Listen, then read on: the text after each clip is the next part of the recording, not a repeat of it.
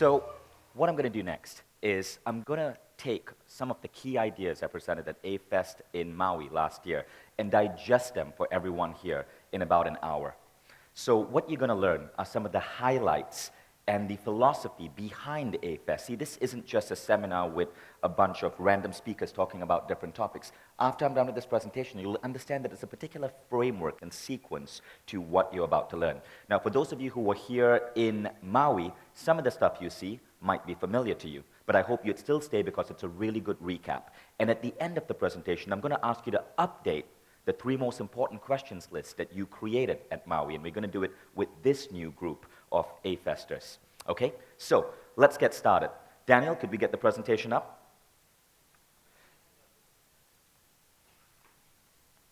So I call this the Theory of Awesomeness, and yes, it is a scientifically validated theory. See, in New York in 2002, that was the apartment I lived in. Now, that was really where Mindvalley was started. I moved into the apartment. I was earning maybe a really low salary. This was in Times Square. Back in 2002, this was one of the most unsafe parts of New York. And in fact, this is really the apartment that Mindvalley started in. So it's kind of interesting that one of the world's biggest meditation companies actually started there because 2 years before we moved in, this was technically a Thai massage parlor. And we all know what Thai massage parlor means in reference to Times Square. Yes, Mindvalley was started in a former whorehouse. Now, since then we've grown. We now have beautiful offices, about 100 people from 31 countries. We're now based in Malaysia. But I want to tell you about my background, because a lot of people think that, I had it easy, I graduated with good grades, I'm smart, blah, blah, blah. It wasn't like that. 11 years ago, that means right now we're looking at October, November 2012. 11 years ago, exactly 11 years ago, this very month, I was broke. I was living in Silicon Valley. I could not afford an apartment, so I was basically sleeping on a friend's couch. And it wasn't even like a 3-seater sofa, it was like a 2-seater, so my legs hung off like this. I had no insurance, got into a car accident, had to pay for my car and the van I had wrecked, and I had no job. I was sending out my resume to every job on Craigslist, hoping that someone would accept me. That's what I was 11 years ago. Things started changing very rapidly. Now, a couple of things about my background, right? Firstly, I was a C+ student. I almost flunked out of college. I was working for a nonprofit for under the poverty line when I graduated because I couldn't get a real job.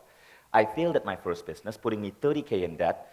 The only job I could get to allow me to get off that couch and actually pay rent was a commission-only sales gig, working, dialing for dollars. If you didn't close a sale, you did not get paid. I got demoted from that job. I started an online marketing company, which later grew into Mindvalley. First year, all we made was $20,000, which was just barely enough to survive in New York. Worse, I got added to the special registration watch list for suspicious travelers because this was like a year out. Why are you clapping? Right, great. So I'm on a watch list. You now feel safer. Thank you. Yes. See, after September 11, if you were brown and unshaven like me, and you show up in JFK, weird shit would happen. So one day I showed up in JFK, they pulled me aside and they told me I was now on this watch list where I could only fly in and out of the US in certain airports, but the worst was this: I had to live on parole. I'd never been in prison, never done, you can trust me, I'm not a threat to your way of life, but what happened was every 30 days I had to go get fingerprinted and photographed at the immigration office. So I thought, screw this shit, I'm gonna just move to a different country. And that's how Mindvalley ended up in Malaysia. So again, you can see we went through some pretty rocky times. But the funny thing was this: that first year, before I got added to the watch list and had to leave the country, that first year when I was trying to build my business, it really wasn't about building a business. It was about this strange little game I had going with my friends. See, I started a little website, and the first month I lost money, the second month I lost money. By month 3, I was making a grand frickin' total of $4.50 every single day. Now that was cool, because I dug Starbucks. And what this meant is I could walk into any Starbucks in New York and with that $4.50, get a grande coffee. Now by month 4, I was making $6.50 a day. Now, venti with whipped cream and hazelnut flavoring. That was pretty cool. By month 5, I was earning about 12 bucks. Now it was a grande venti coffee and a Subway sandwich, and that's what I lived on, Starbucks and Subway. And I was proud of it. I would remember being in bars with my friends and brag to them about this online business that allowed me to drink Starbucks and eat Subway for free every single day. And in my mind, that was it. It turned into a game. I had actually gamified the process. I was loving it. I was loving the entire process. I didn't really care that, there'd be days when I'd lose money or that the grand total profit for a single day's work might sometimes just be 12 bucks. It was a game and I freaking loved it. Then, 1 year later, the money really started adding up. And I had to certainly build a business. Now we were in Malaysia. Those were our first employees. And all of a sudden, the fun stopped. The game stopped. Now I had to worry about employees, taxes, rent, all that other stuff that I didn't really want to care about. And things started collapsing. For the next 4 years, I wasn't having fun. I was miserable. I liked coming to work, but we had a lousy office, horrible commutes, and no matter how hard I tried, I couldn't grow the business. It was 4 years of struggle. The funny thing is, in 2008, which isn't that long ago, something shifted in me. And I certainly went back to my Starbucks and Subway days. Something shifted. And when that shift happened, the Mindvalley, the business, and my life suddenly started accelerating. Within 1 year of that shift, I was a cash millionaire. Even though in 2008, I was actually in debt. I owed more money than I was bringing in. My business partner was also in debt for his education. We'd been running a business for 5 to 6 years, but was still broke. But 1 year after that shift, the business had grown 400%. We had $1 million cash each in the bank, and life just started growing, improving at this tremendous pace. So the question is, what was that shift? I had it in year 1, then I lost it for the next 4 years, then it came back later, and you can see our revenue growth and how that shift corresponded to it. It came back in 2008. Now, that mind shift is what I now call the theory of awesomeness. Sometimes in some presentations I refer to it as the flow state, but it's basically that. And it's based on me recognizing that there was a subtle balance in what was going on in my life. It was a balance of two opposing forces. One was the idea of being happy in the now. The other, having a vision for the future. Really simple. Happy in the now, vision for the future. Being happy with where you are right now, being content, even if you're making $4 a day, getting a free cup of Starbucks coffee, yet having a vision of what you want to build in the future. But it's a really delicate balance, and the fact is maybe less than 1% of the population happens to achieve it. Now, based on this balance, you can exist in 4 different states of mind. The first is a negative spiral. You're not happy, and you have no vision for the future. In other words, you're depressed. And when you're depressed, life sucks, and you're probably going to need to seek some serious help. The second state is what the vast majority of humanity is in.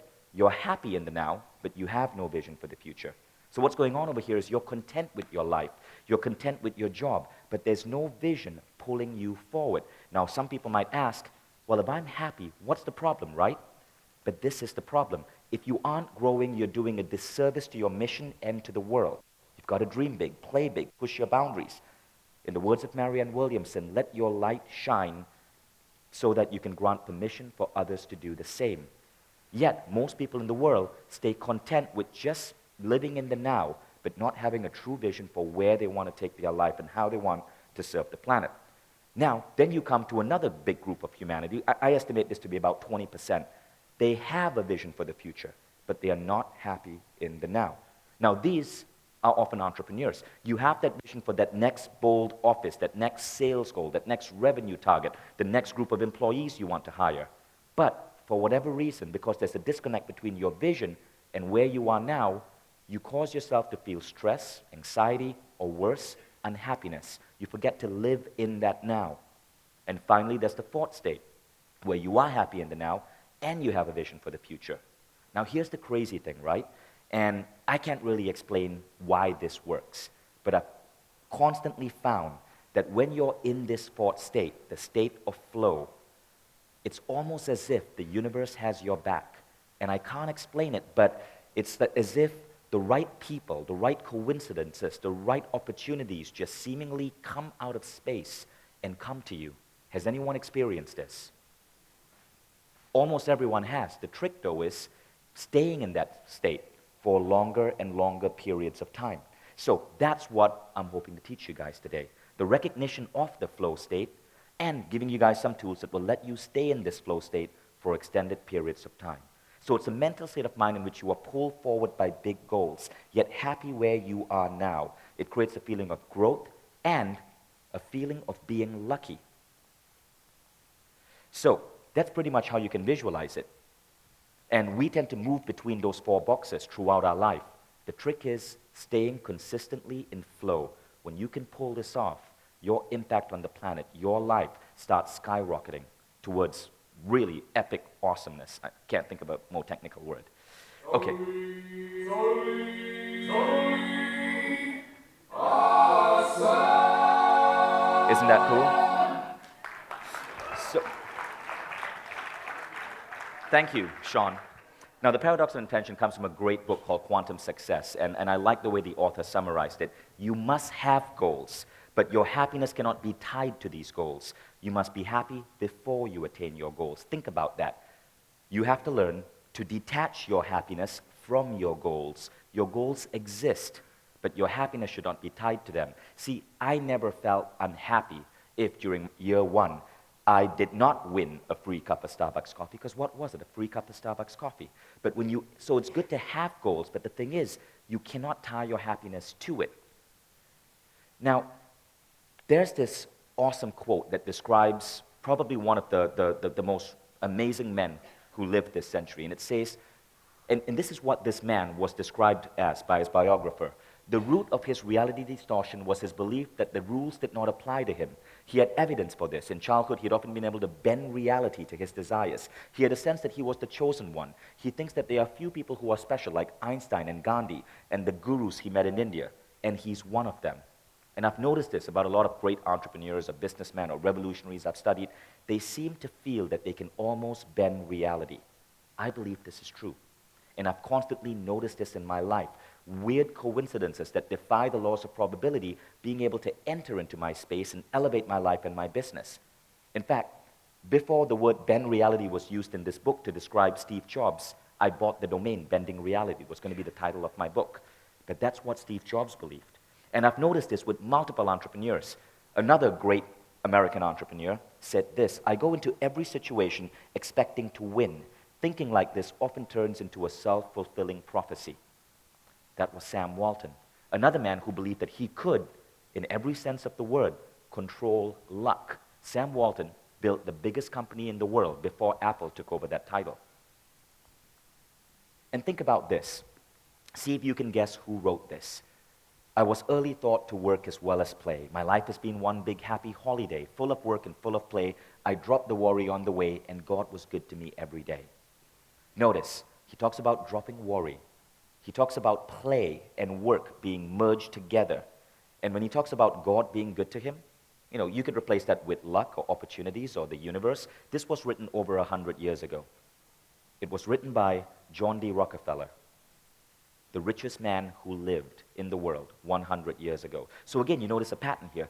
I've noticed this with people I've gotten to know myself, like Sir Richard Branson. I've spent I've been on his private island with him a number of times. We've had a couple of deep conversations on the beach together. And I ask him questions. And one of the things I ask him is, how do you manage 300 companies? And he says, I make lots of lists. That's it. No productivity tools, nothing. I just make lots of lists. When I wake up in the morning, I make a list of all the things I want to accomplish. And if you look at Richard's list, it's not stuff like pick up milk on the way home from work that morning. It's stuff such as launch an airline in Nigeria, build a new kind of gym, take over the US mobile phone industry. It's epic, aspirational list.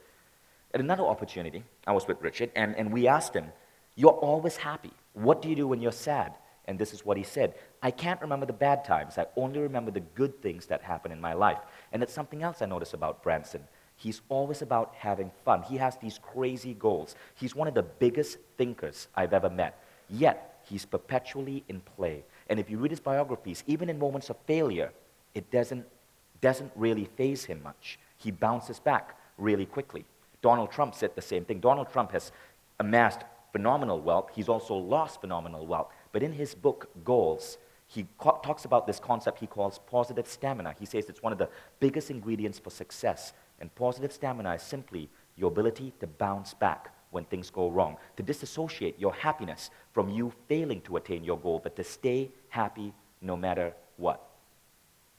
Happiness, in other words, creates success, not success creating happiness. Gary, would you stand up for a second? I love what it says on your shirt. And I know you live this, Gary. Gary runs a 50-person company in Australia, and his company was just voted second best place to work in Australia. Another awesome tribe member you want to meet.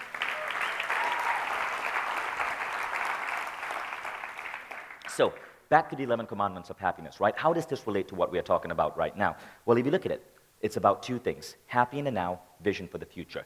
Every talk, everything we do here at Awesomeness Fest is designed to elevate you in both these areas. That's why this isn't just a goal-setting seminar. That's why we inject so much fun and happiness and connection. So again, if you look at the items, spirituality, being in a natural state, having an energetic body, having great social circles that inspire you, self-awareness contribute to being happy. And aspiration, wealth, optimism, mission, experiences contribute to vision for the future. Education really falls under both realms. Every talk, every speaker here at Awesomeness Fest is really giving a talk in one of these areas. So, happiness in the now, how do we get there? What I'm going to teach you next are a couple of really simple hacks. Hacks to basically work with your brain to elevate levels of happiness, scientifically proven hacks, and hacks to elevate your aspiration. And in the next 30 minutes, what I'm hoping to do is completely transform the way you view your life and undo years of bad programming from schools, parents, teachers, preachers. Okay? So the first thing is that you need to understand is this. As human beings, our physical evolution is way ahead of our spiritual evolution. Now, here's what I mean. I want you all to raise your right hand. Go ahead. Now, take that right hand and wrap it around the person on your right. Great. Get a little cozy. Now, I want you to gently take your left hand, push their hair back, lean up, and sniff their neck.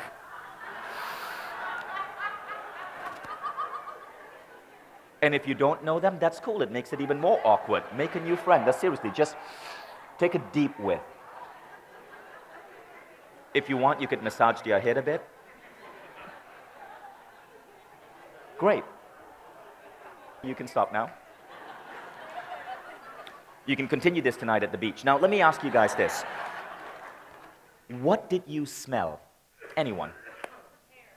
Hair, okay. What else did you smell?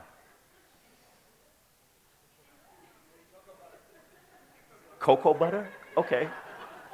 What else? You smell love? Whoa. Whoa there, stallion. Okay, what else did you smell?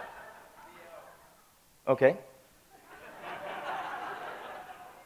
Well, the thing is, if we'd done this exercise 100 years ago, all of you would have stank. 100 years ago, on average, people showered maybe once a week, once a month even, if they were lucky.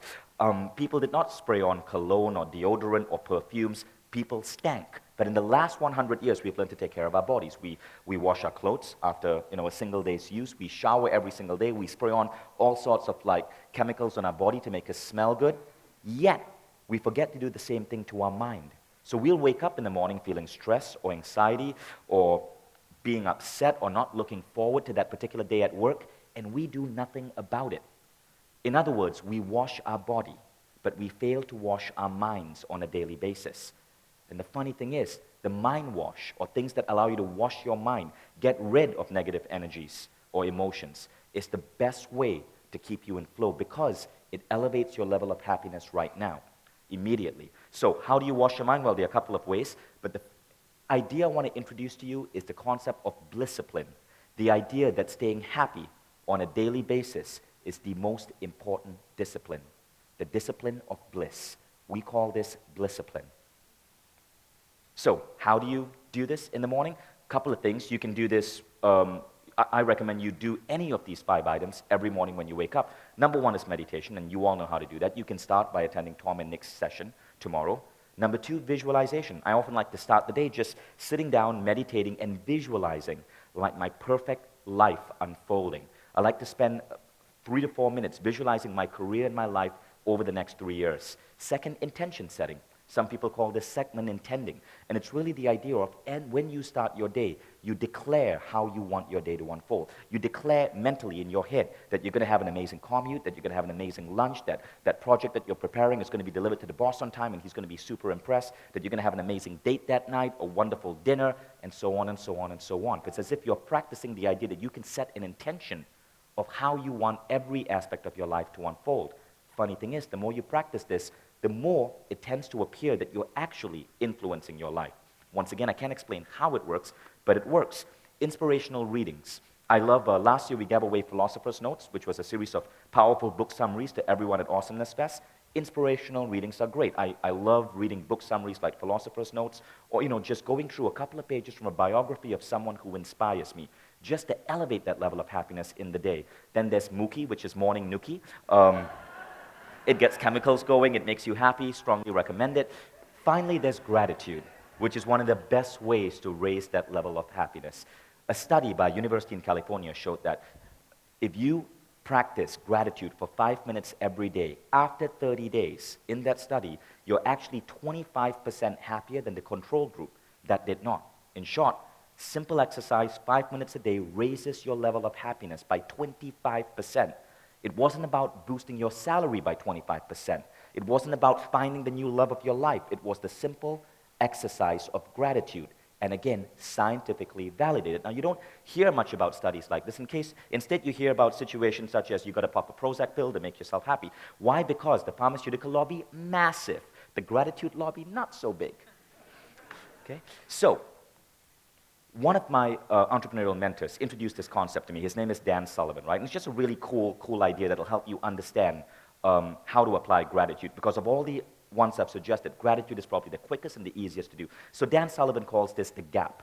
Most people, if you look at this, they spend their lives focused on the reverse gap. They spend their lives focused on the gap, which is the difference between the future that they want and where they are now.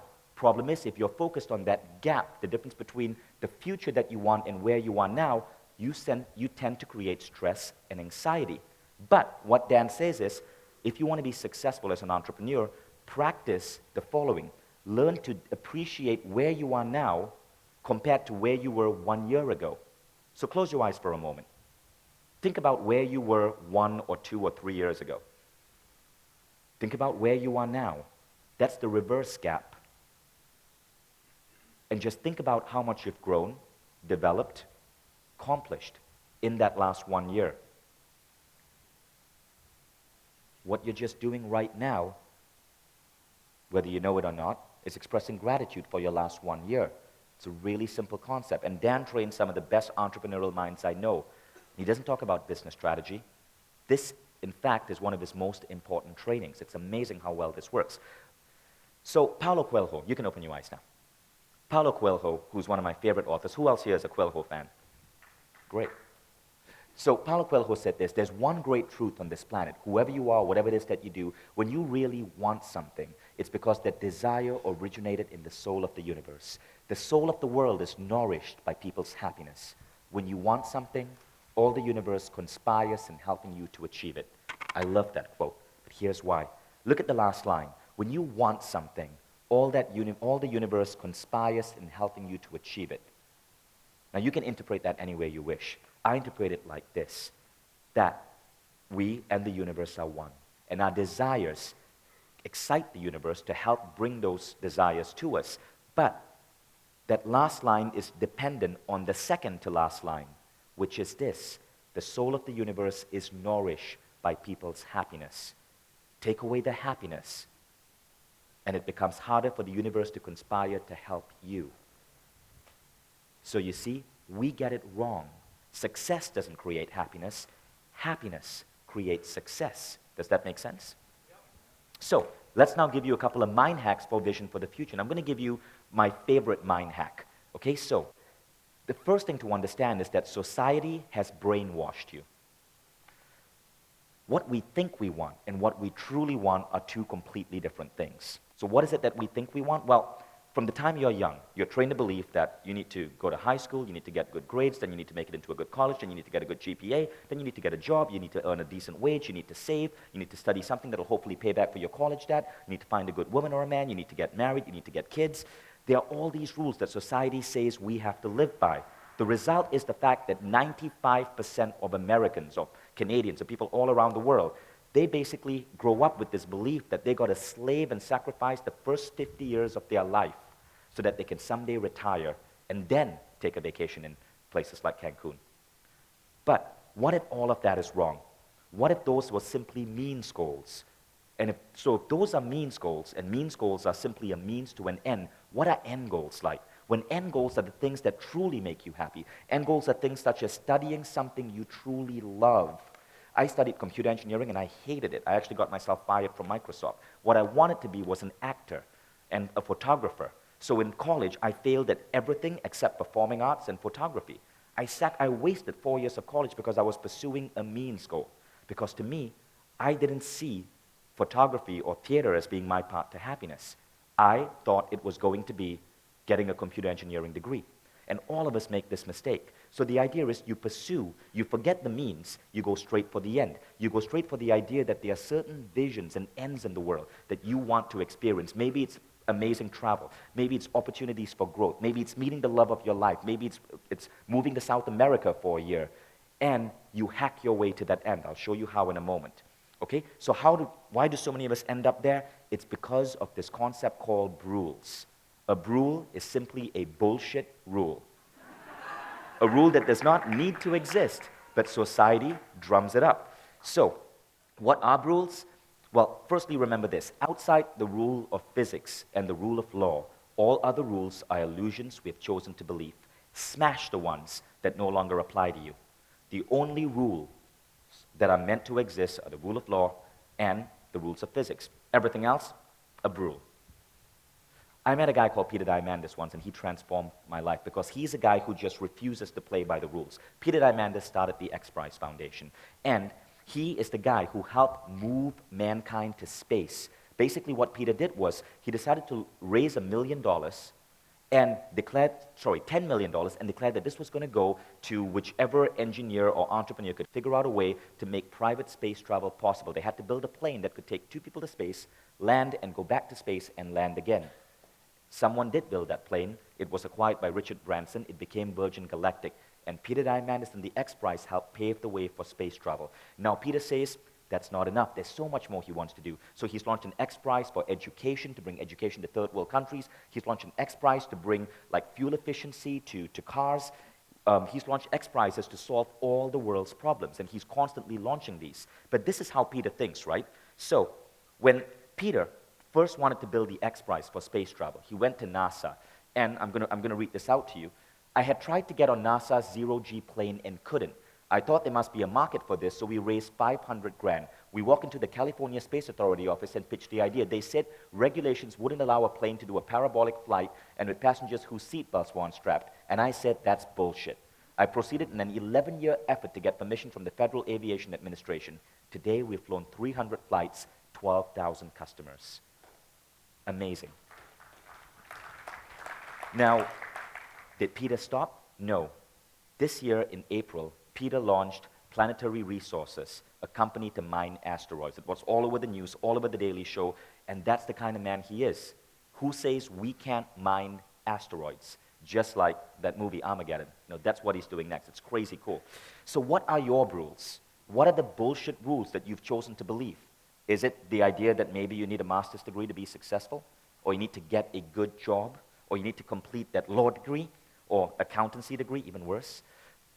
The pursuit of money is inherently bad. This rule holds so many people back from wealth. Money is freaking amazing. Yet, we've been trained to believe it's bad. I had a guilt issue around money as well, and it dramatically held back my business. College education is necessary.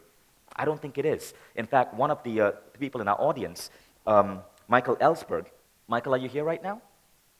Okay, Michael's not here right now, but Michael wrote an amazing book called The Education of Millionaires, where he interviewed 100 millionaires and billionaires. And one of the common themes of the book is that they all did alternative education or dropped out of college. It's a fascinating read.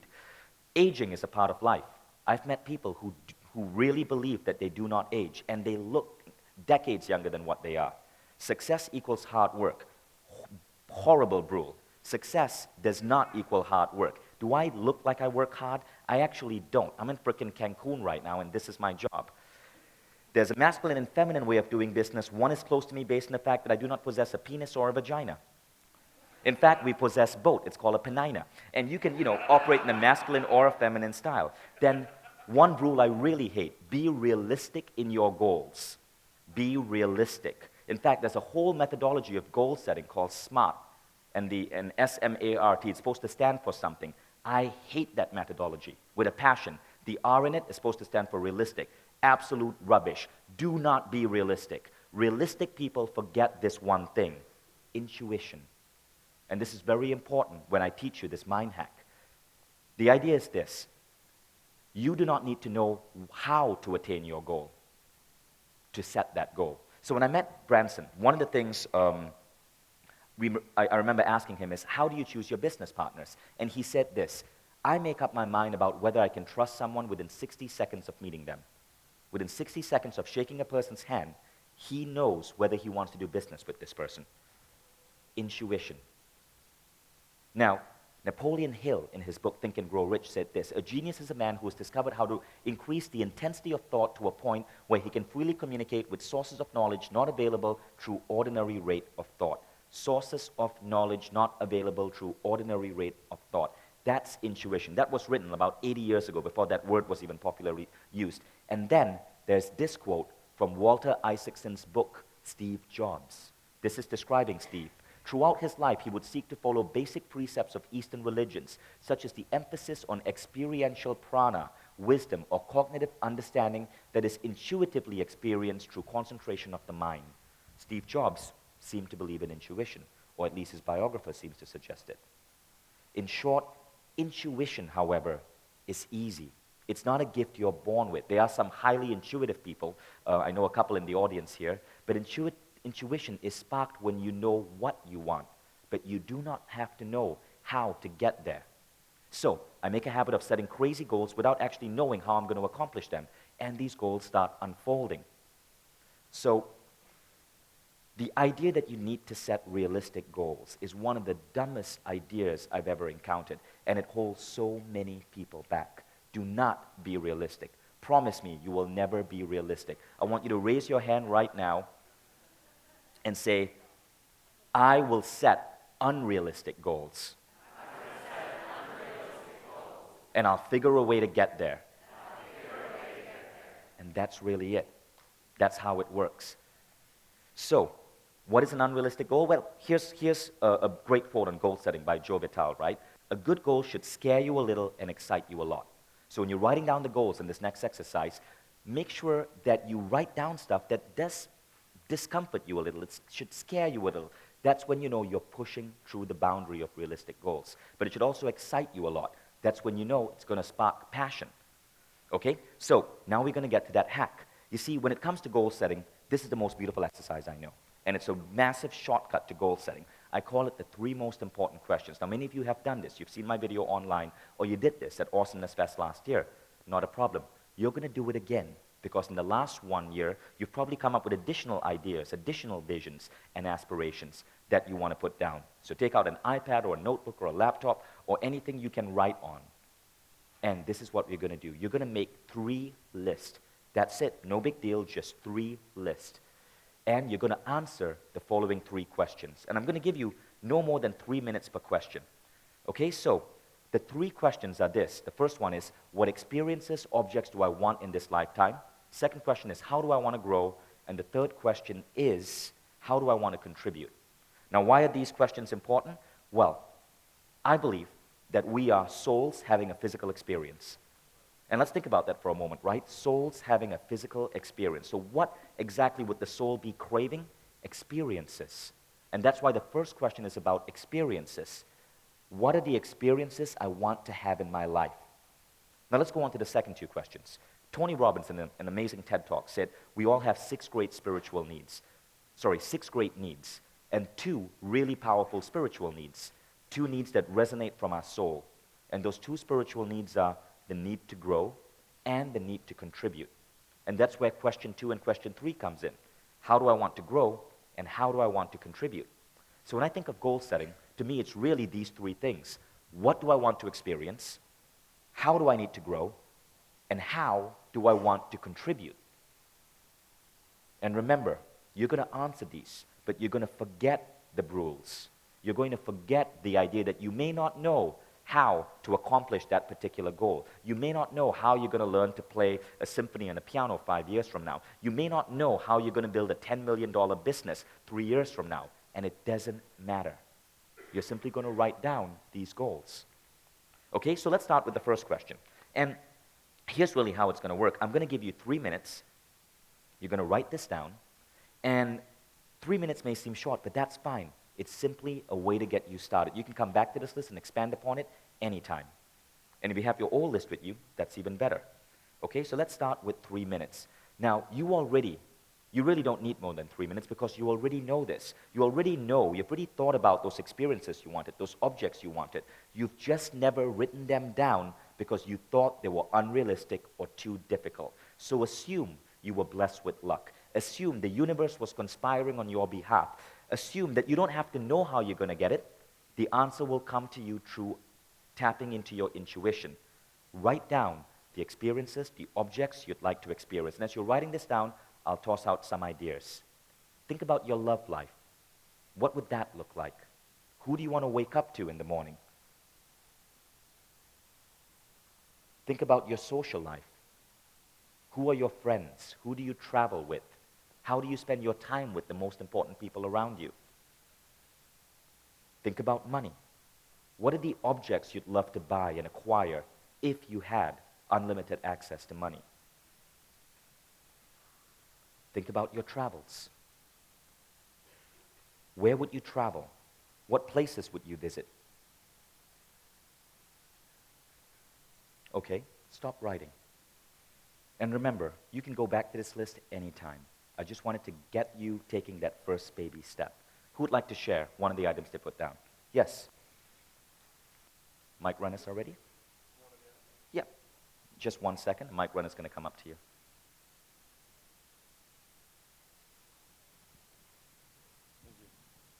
A Lamborghini. Say that again. A Lamborghini. A Lamborghini. Awesome. Next. Jeff, I want to experience the ecstasy of hearing Monty's theme song on Broadway and in an elevator.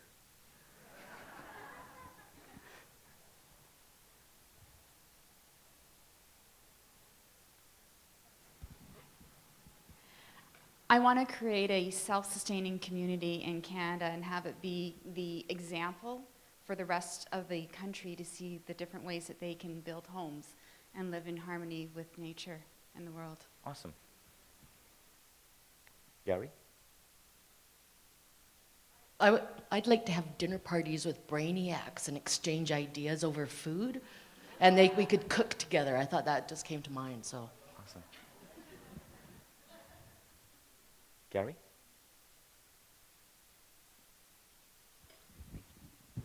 Is this thing on?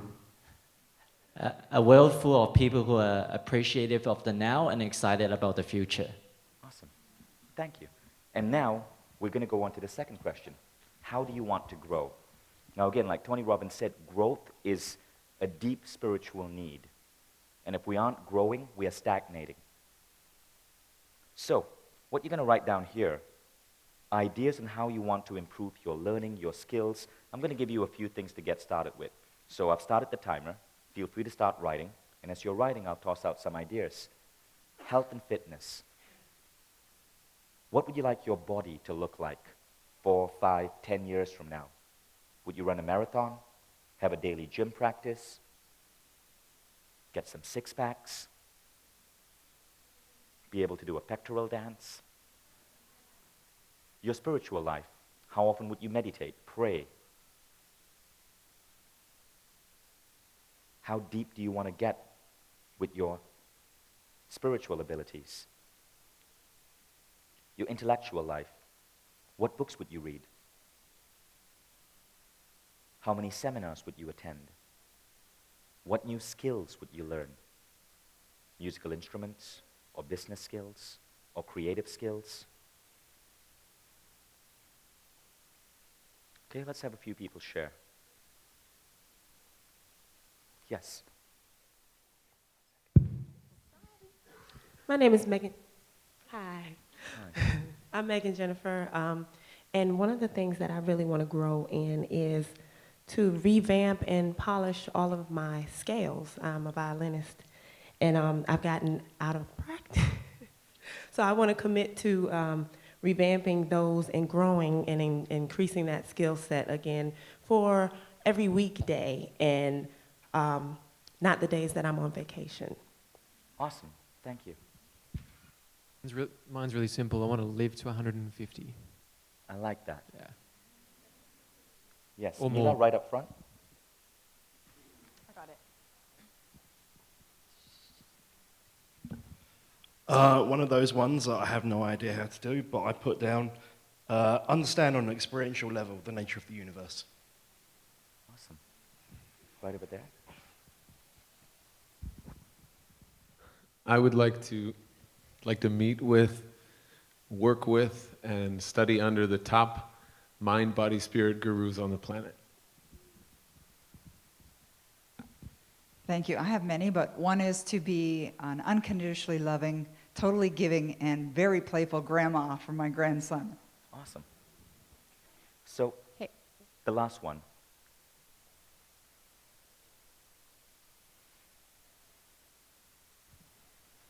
I wrote, sponge up all tech-savvy innovations for my toolbox. Awesome. Now we go on to the final question, right? And if you guys hadn't figured it out by now, what you're really doing is building a bucket list. That final question is, how do you want to contribute to the world? And again, Tony Robbins said, experiences, all that other stuff will bring you happiness, but fulfillment comes from giving. So, now you can contribute through your career by writing a great book, doing great service at work, through your family life by raising great kids. The Dalai Lama said it best, you're happy when you help others become happy. Okay, so start writing. What are the different ways you would want to contribute to the world? What gifts can you give? How would you elevate others? And you can contribute through time, money, sharing your skills, creating art or books or music that contribute to human creativity.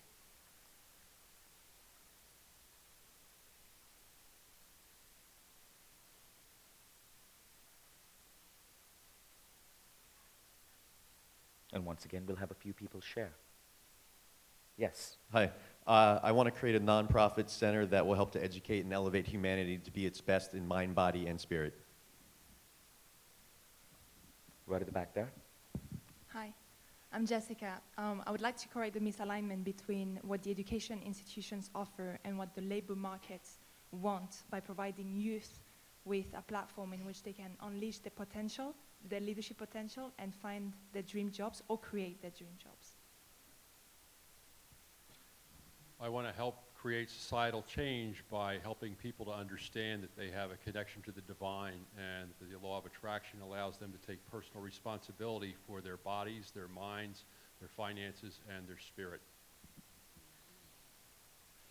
I want to share with others concepts of old ways of thinking versus new ways of thinking that will allow freedom and power. Awesome. My name is Eduardo. I want to help 1 million plus people feel safe and at home wherever they are in the world. Thanks, Eduardo. Last one. I'm on the same page, but mine's about finding 1 million empowered women to commit to helping 10 women each to become empowered. Thank you. Now, I want you to remember this. Your true greatness comes when you focus on building a life, not a career. That's where society has it wrong.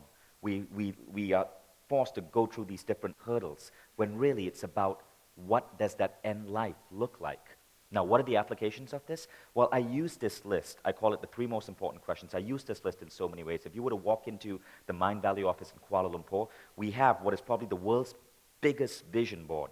And we have the 3 most important questions for all our employees stuck on that board with a picture of them, all 100 employees. And when I'm having lunch with one of my employees, a one-on-one mentoring lunch, I have them bring that list.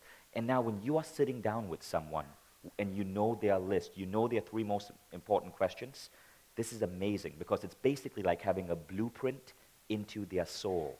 You know exactly how they're looking to contribute, what they want to experience, how they want to grow. And it becomes a powerful management tool because we now as a company can give back to the employee as well. And we also know what drives them, what motivates them. Now imagine if you did this with your sons and daughters, with your family. I have a friend, and many of you have heard of him. He spoke at the first Awesomeness Fest, Sean Stevenson. And Sean told me that when he really wants to connect with someone, when he really feels like someone is becoming a close friend, he Facebook messaged them and he says, hey, send me your bucket list. That's the only way we're going to be friends, because he wants to see that blueprint. And this is really what you guys have done. But you've gone beyond just a mere bucket list, because still many people's bucket lists are stuffed with realistic goals, are stuffed with stuff that they can see how to get there, but they fail to put the items that they still don't know the path to. And that's a mistake. So what you've just created is a truly powerful list, a list that many of you are going to hold on to, and are probably going to consider one of the most important pieces of paper you have in your life. I've seen amazing things emerge from these lists. I do this with my team at every Mindvalley team retreat, and 1-2 years later, I'd have people showing me the list they put down in 2007 or 2008, and the crazy places that they wrote down, that they ended up traveling to, the crazy accomplishments they put down, like 24-year-olds who put down, I want to talk at MIT, and at the age of 27, speaking at MIT. Those kind of things were happening. And again, none of these kids knew how to get there, knew how to get that book published, knew how to start their online business, but somehow the universe conspired on their behalf. And that really is what I want to teach you how to do. Welcome to Awesome Living. Thank you.